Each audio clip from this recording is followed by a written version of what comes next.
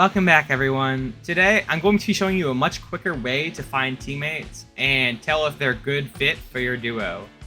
You can tell a lot by just talking to them at a Discord call and looking at their tracker.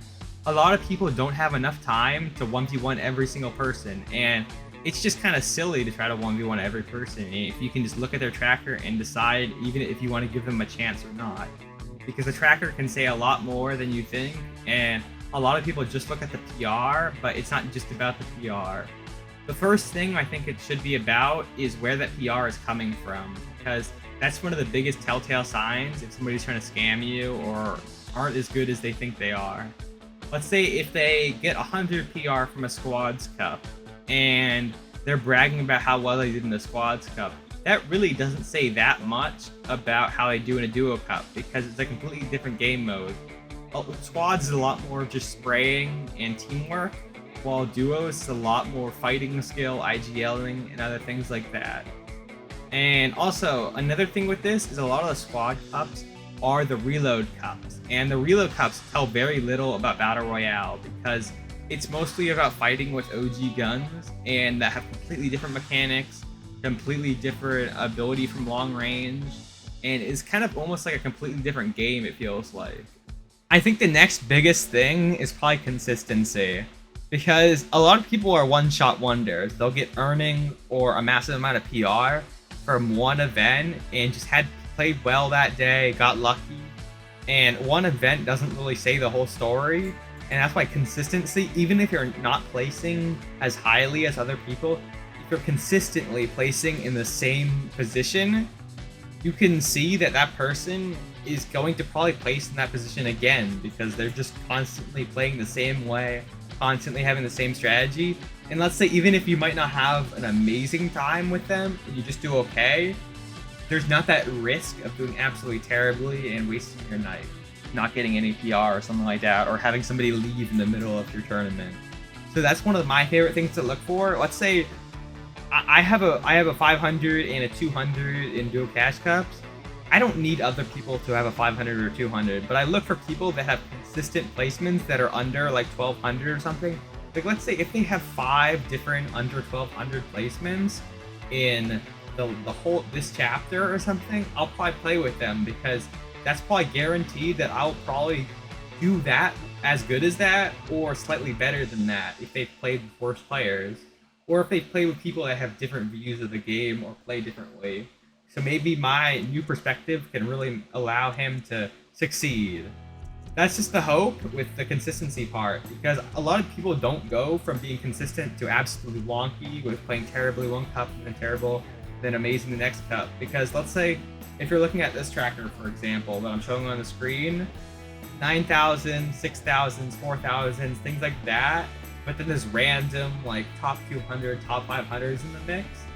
And well, depending on what kind of tournament, it could make a big difference, because if you have a 200 and a 600 and a dual cash cup, but your 4,000 and 5,000s are in solo cups, it doesn't really matter as much as, let's say if somebody has a bunch of hundreds to 1000s in solo cash cups, but all their duo cups are top 5,000 or top 6,000, that's kind of a red flag that that person's probably not a good teammate and might sell your whole tournament or something like that, because it kind of, whatever happened in the past can kind of replicate in the future, or at least slightly, and a lot of those problems you're going to run into. So I would just say look for somebody consistent.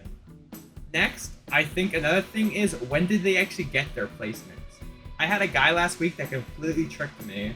He hadn't played a tournament and gotten a placement since August 30th, and he said he played the last few tournaments, but I didn't actually check the date of his last tournament played. He got a top 800 in the reload cup, so I expected it to be very close. But August 30th was over a month ago, and now I look back that he probably doesn't have enough time to play the full tournament out, and that's why he left me halfway, even though we were doing well. That was my first good tournament of the season, and it was just wasted because I chose the wrong teammate that left halfway through, which really sucks, and is why I kind of made this video, because I never want to have one of you guys have the same thing happen, because it really sucks. It's like your whole night just got ruined because you were like, oh my god, we're about to do well, we're about to get at least some good PR, and put me closer to my goal, but then it's just ripped away from you and you feel like empty. But yeah, what can you kind of tell by just talking to people in Discord? Because some of the toxic personality traits and stuff can ruin a team, whether if they're argumentative or they're very rigid in where they want to drop.